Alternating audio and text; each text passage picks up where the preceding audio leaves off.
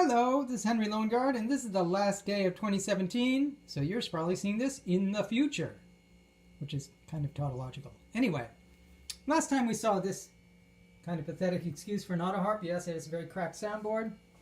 I had gone and taken all of these chord bars and refelted them with nice, fresh new felt like this. And the cool thing about it was that it... every bar was completely felted, and I played it like that, and you could hear lots of strange harmonics and different things. So I've decided I'm not going to keep it that way because I've recorded it and can make a digital instrument out of it. And what I wanted to do is make a variant on my Tetrad double diatonic harp, which is a fancier 21 chord device. It doesn't use all 21 chords. And this one only has 15. But that's not so bad because you can put 7 and 7 inside 15 and have one left over. So in fact, I've cut these chords. I didn't want them to be as noisy as the Tetrad, because if you have 5 notes in every chord and you only have 7 notes in your scale, that makes every chord kind of sound alike. They aren't exactly alike, but they sure sound very similar. So I've gone through and I've cut the the triads into these chords. So they're all triads, and it's very clean, but of course that makes them very uninteresting. So I'm going back to this older idea I've had, which I've used on other smaller harps, but never on a big one, which is to do half notching.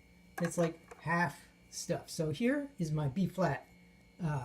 It's normally a B flat, but look, there's sort of a kind of a little notch next to some of these guys, and that is the A that turns the B flat into a B flat major 7th. So that means that when I push it down softly, I get a B flat major 7th, and when I push down a little harder, I'll just get a clean B flat. So I get 2 chords out of every button.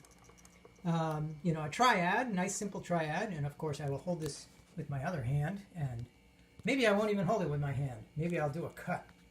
But basically, so you hear that's a major 7th, you hear the A in there. And if I push down hard, that A is gone. But if I push soft, the A is there. You can't really tell. So I'm going to go through and do that to all these guys. And I'm only going to do 4 notes in each one instead of 5, much as I like those ninths.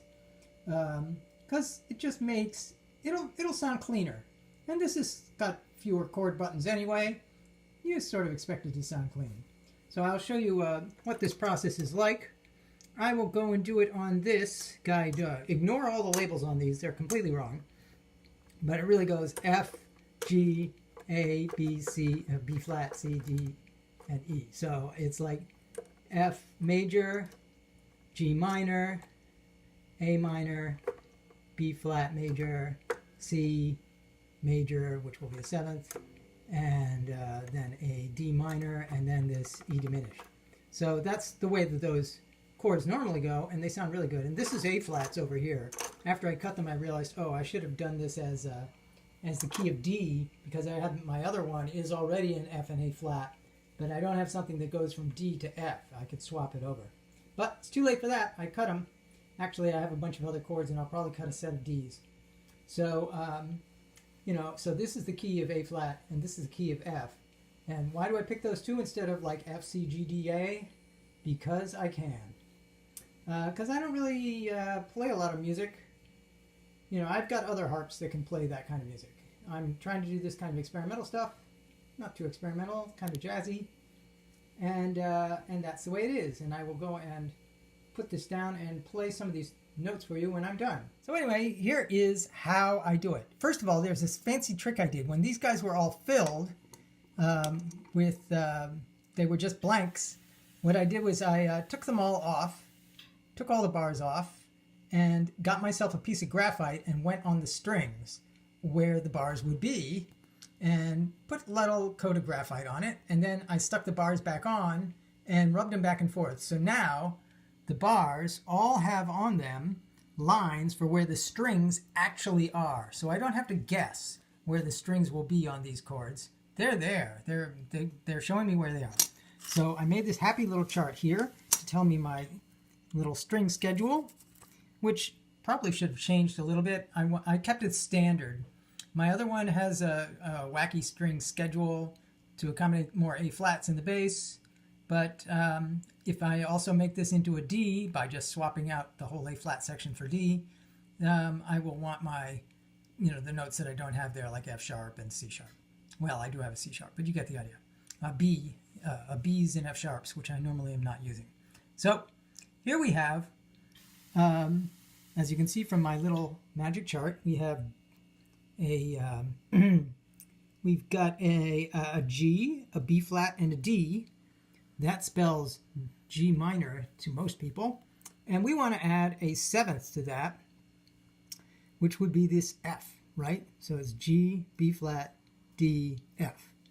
We want to write that. So what we do is we take a little pen and we go and we mark all the F's on here. Oh, there's an F. And there's one. And there's another. We don't want to go all that down too far into the bass because you don't really hear those. Maybe I'll just do these top ones. If I ever feel like adding some more in the bass, I don't. Because you like to add the color notes up in the tops because in the bass it just turns into mush. And I can explain why that happens harmonically, but there you go. So what I'm going to do is take my little handy dandy X-Acto knife and cut just a tiny bit. Instead of the notch all the way down, I'm just going to cut it in a little less than half usually, because you can always go more. You can't go less, right? So you can do that little half a notch in there. We're back, and I've cut all the A flats. That sure didn't take long because I only had to cut out, there's 7 chords, and I cut about 14 little half felts out of it. Only takes a couple of little nips. So here's what the A flat sounds like. That's with it pressure. Is A flat major 7th.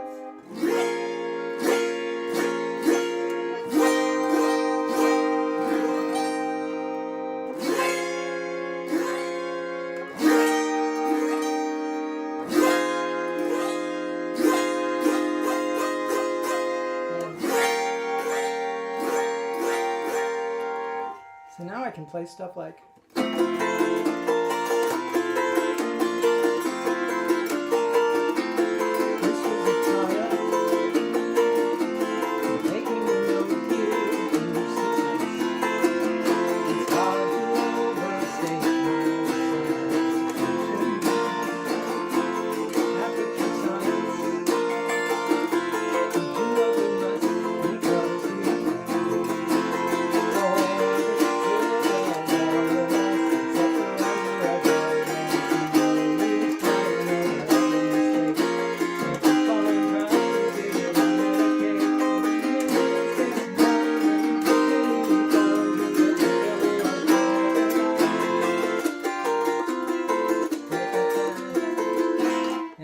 you get the idea. You get to do that fantastic cadence from the land of F to the land of A flat. And it has a lot of the power of my other one, but not overpowering, so.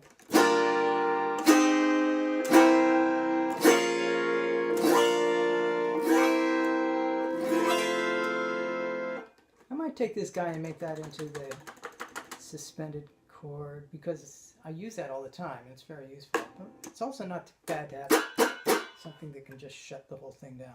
Anyway, that's my new harp. I'm going to fiddle around with it, maybe spruce up some of those half chords, half felts, and see how it works.